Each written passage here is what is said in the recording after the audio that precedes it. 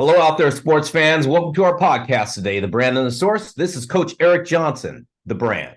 It's Coach Aaron Thigpen, the source. Good morning, EJ. Morning, Mr. Aaron. I know there's a subject that's been running through your mind that's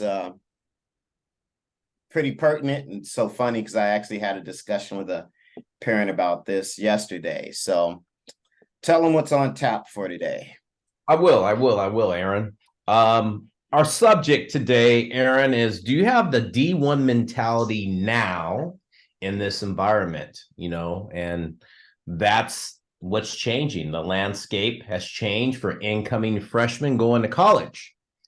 And I think you said this before, you have to be ready by the time you leave high school if you want to play collegiate sports. So that's what we're going to really, talk about today, Aaron.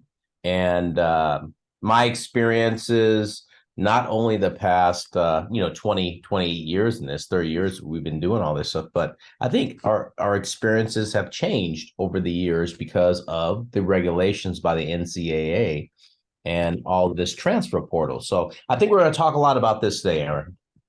Yeah, I was just telling you about a conversation I had just yesterday.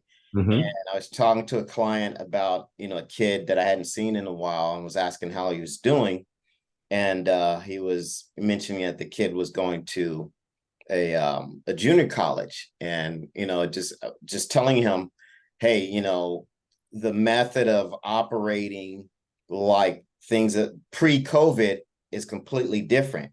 Junior college used to be that kind of that way station or that middle ground for athletes who didn't get any scholarship offers to go and continue to and develop. And I think that's still the case, but the entry to that is a lot different now.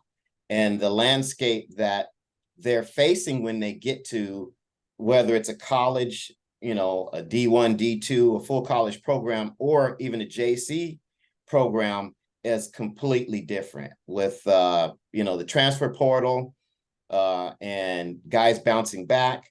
It's highly competitive. And to just think you're going to slide onto a junior college roster just after playing high school baseball, I think you're not living in today's reality because those slots are very competitive, I think. And yes. A lot of kids who are just going to kind of, ride the bus and then think they're going to get off and just say, okay, well, now I'm going to go play JC ball because maybe I'm not ready for college ball. Really, wake up call. JC ball is college ball. It is. With the talent that's bouncing back and changing, going through the portal and waiting to, these guys who are older, they've got 1 year of experience on them. Again, bounce backs. You're 17, 18 years old. You've got to compete with that. A guy who's got at least 1 year of college baseball experience and 3 or 4 years of maturity. You've got to up your game in high school if you're going to be ready. If you're going to have a chance, give yourself a chance. Yeah, Aaron, our company is a college development program, and wow, it really starts your freshman year in high school now of having a plan that gets you to, by the time you're a senior, gets you to playing college baseball. And, all those guys are just waiting, guys, gals, or whatever. If we're just talking baseball, if you're waiting at the last minute of your junior year to say, I got to up my game, you're late. You're very, very late and behind the curve. And if you're a high school athlete, like you said, and you're thinking you're just going to walk into there and think that you could play junior college baseball, let alone, Aaron, what if you have a scholarship at a place? You committed, and your national letter of intents come in, and you just think, hey, I'll be good until, I can do what I've been doing. I'm good. And you think you can go on that college campus and play right away without really having a plan and being what I call prepared and game ready, battle tested, not only on the field, but what about just your training regimen, that's outside of the field? Do you know what it takes um, to do that at that level? I had an interesting visit, Aaron, at in North Carolina 2 weeks ago. I was lucky enough to get a tour of Campbell University. Now, have you ever heard of Campbell University out of North Carolina, Aaron? No. Okay. Did you know that they were a top 15 school last year in Division Oh, One baseball? And, they were one win away from doing some damage at the Super Regional and getting to, the College World Series. You wouldn't think that, right? It's in Lillington, North Carolina, a town of 1,000 people. oh, Okay. And this Division One power is beating up on the Dukes and the North Carolinas of the ACC and battling, against these schools that are prominent. Now they won the Big South last year. That's what conference they're in. They're moving into another conference this next year. But my point being is when I went on that tour with Jeff Calhoun, their assistant coach there, and I looked at their athletes and the commitment. It's a 2 days before school has even started. These guys are already hitting. These guys are already in weight programs. These guys are already like ready to go, like it's the first day of the season. And the interesting thing, I asked them about their incoming freshmen. And Jeff, Coach Calhoun told me this. He said, we like to have them here 5 weeks before we even start to get them acclimated with just being here on campus. It gets them acclimated with our strength coach, our nutritionist, our academic advisors. We give them a 5-week course before school is even started to get them used to what we're doing at our university as a college baseball program. And I said, what a great idea. But I saw those guys and went, whoa, those freshmen look very ready to go, and they have a whole regimen for them. And I look at what we see out there and we see athletes that are saying, I'm ready to go. Hey, Aaron, they're not ready to go. I mean, they think they are, but there's another side to the story. It's our subject is, do you have the D1 do you have that same D1 mentality in this environment? The environments change. 5 years ago, 4 years ago, 3 years ago, they maybe weren't doing that pre-COVID. They weren't doing that as much. But guess what? Everybody's up the game. The portals changed. You're getting a more competitive athlete. You're getting bounce backs. You're getting guys leaving Division One program to another Division One program. It's so competitive that if you are a high school player and you think that it's easy to play in college, let alone D1, D2, D3 during college, wake up call should be on this podcast. And we're telling you, hello, you need to really be focused at what you want to do and committed to the process. The process is working when no one else is watching you. It's not like, okay, I just come here once in a while and do it. But that mentality has to change. So that's why we have this subject today. Do you have that mentality now in this environment to compete in really collegiate baseball? Mm-hmm. So that's my little story. That was my story for you. It was the most interesting thing to see these committed guys and talk about how strong they had to be to hit the ball. If we're just talking hitting, Aaron, they're looking at 95 miles per hour exit velocity at 18 to 29 degrees. And that's all they're doing in batting practice. They have these sensors on their bats, they're blast sensors, and they're in BP. Every cut means something, whether they're taking it off the tee, soft toss, everything is measured. So they're always trying to get to those trademarks or those benchmarks, in batting practice and in the game. They're trying to repeat it in practice. They're trying to repeat it. So when you get in the game, they can just go. So I thought that was a very interesting tour. It was good, great insight about Campbell University out in North Carolina. that no one really has heard of, but they're a baseball power. But you know what? They're going well beyond what you would think would happen on a college team. They're not. That's just the normal now, Aaron. It's the normal. I agree with you. You know, I always talk about athletes have to be college ready in high school, Right. um, so they can make that transition. And I just don't, not sure if athletes really know what that means. Um, you know, I always try and describe it this way. If you're on your high school team and you look like 95% of the athletes on your team, you're probably not college ready. Right. Because you got to remember, the average high school baseball player isn't going to play college baseball.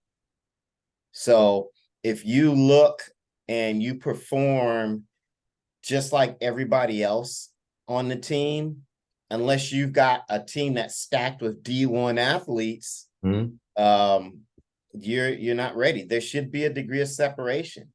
And you know, that means probably doing more, you know, and not just doing what's asked of you. Um, so it's an important factor, and it's not something that you just jump on and say, okay, my junior year, now I'm going to get serious about this. Right. Unfortunately, now we're at the point where you've got to be planning this stuff out your freshman year. At least, right? Yeah, and I'm talking to kids now, whereas before I'd more than likely say, hey, freshman year, play multiple sports, you know, have some fun, do some Mm-hmm. things. Now it's kind of like, I don't know, man. It's a You're little bit rolling the different. dice because you might need that year. Whereas before it was, you know, it's pretty pat for you to be able to go and do those other things. Now it's kind of like you're adding a little more risk in terms of being ready in time or being that dude that they're going to be looking for by the time you're a junior or a senior. So Right. I don't know. Um, And, just you kind of know, sounding the alarm because it is, like I said, that landscape's changed and it's just a lot more competitive. And if you are a freshman and you can't compete with, you know, varsity guys now, it's going to be the same thing if you don't do much and you're a high school varsity guy trying to compete with college guys. You're gonna, it's right. that separate degree of separation is still going to be there. So it behooves you to figure out, how do I close that gap? What do I need to do? And it's going to look different on every athlete, but just towing the line at your high school program, even though, you know, there's some pretty good high school programs, Right. may not be enough. No, I Got to don't think look it's outside of enough. the pond, you know. I don't think it's enough anymore, Aaron. I don't. And at one time I thought it was, but I don't now. Being out there really in the trenches, and I always say I'm in the trenches because that's where you can kind of see where everything's at. When you're kind of up, out of the way, you know, looking at the gloss, it's not really like that. Being on the field, talking to coaches, talking to players, watching players, evaluating players, it's nothing like that. And talking to all college coaches from all levels, they're looking for uncommon players. You said it. You have to stand out on your high school team, and you have to be an outlier. If you're not, then if you're looking like everyone else, as you say, then it's going to be very difficult. And I really believe that.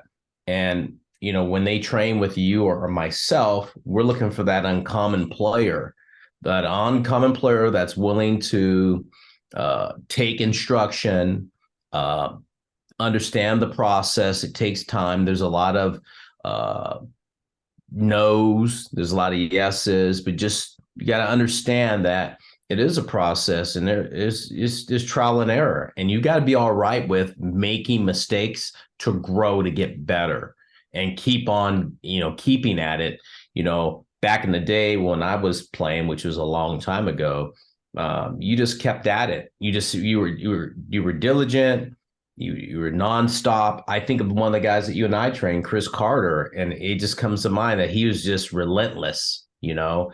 And you got to be relentless when you train, and you got to be relentless when you're out there battling in games, trying to be an uncommon player in this environment and having that right mentality to compete at this level, Aaron. Yeah. Yeah. I mean, the reality is this: all of these clubs want to be competitive. And if I'm a coach, if I'm coaching now, and it's like, well, do I take this 17-year-old who may have some promise, or do I take this 22-year-old who's got already shown me at least that they can compete at the collegiate level? Then, if I want to win now, who am I going to pick? I can't wait for this freshman to ripen on the vine for maybe 2 years. And that's something that's even accelerated now. The whole, okay, I'll redshirt a year and then maybe I'll be ready. I don't even know if schools are offering that opportunity anymore. I mean, maybe to a select few that they really see something in and want to invest in. But again, it just seems like things have been accelerated. And I'm not sure if the kids at the high school level are accelerating what they're doing to be in a better position earlier, so that they are what these schools are looking for. I can take my own experience and say, man, if I was in this environment now and it was like this with track and field, I wouldn't have went to a 4-year college school right out of high school. It would have been, because it would have been too hard. The level of athletes that were already there, I mean, it was already hard for me when I got there back in the day. Imagine now when there's even more athletes filling those voids for these schools, and them having the easy access to be able to pick and choose some of these guys and plug and play. It's not Right. Plug and then wait for this guy. It's like, boom, I got a guy who can instantly provide me with some tangible results. So that's a sobering, should be a sobering reality to a lot of these kids out there. Yeah. Aaron, I don't know. I beg to differ. I think you would have adjusted and got after it, man, knowing you. I had no choice. I had no choice then, but I'm just saying it's so cutthroat now, whereas they may not have waited a year for me. They may have said after that first year, you know what? We're just going to pull this guy over here from this JC, and back in the day, they did do that, They did do that. But they might say, hey, look, scholarship gone. We're going to just go with this guy for the next couple of years. And you're just out of luck. Well, you didn't redshirt? No, I didn't redshirt. So maybe another podcast idea is, hey, do red shirts exist in this environment? Yeah. Because that's a topic I think we can talk about, sometime later about this. But, I kind of look at this to where, we played in this era that you have to be really good to play. And I'm not saying guys aren't really getting out, but I'm going to tell you, if you wanted to play as a freshman, when I was playing, I played for a tough guy named Al Ferreira. And I remember I was, went to De La Salle, was, all this, all that, all state, all this. I went there and they had All-American shortstop, Dan Clark. And it took me not only the winter, it took me 3 games into my season before I could replace him my freshman year. I played 67 out of 70 games at shortstop. And it took that long for them to believe in me, but I had to keep producing. I had to show them that I was ready.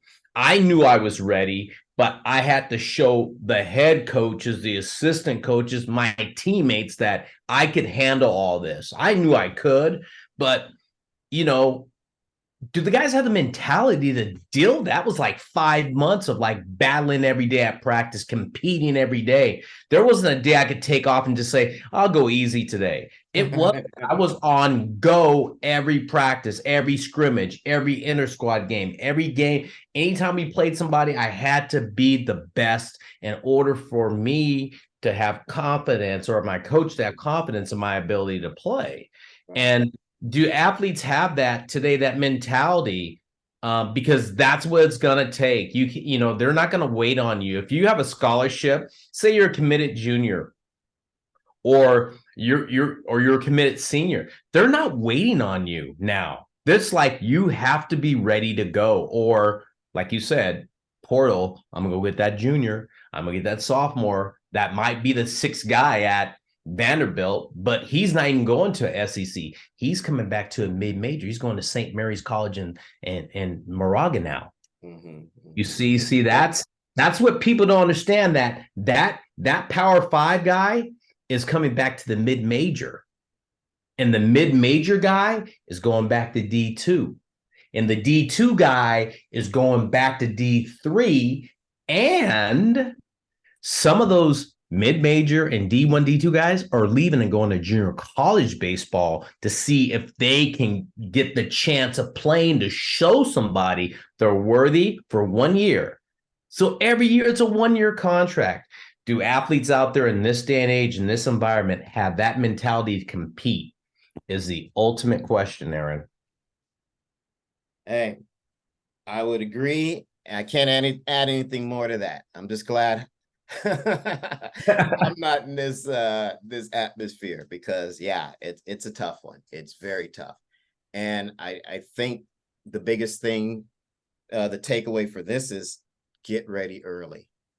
You know, get ready early. Be that guy before you leave high school. Look like that guy before you leave high school. Have the mentality of that guy, that D1 mentality, before you leave high school. Well said, Aaron. Yep. And with that, that's a wrap today. This is The Brand, Coach Eric Johnson.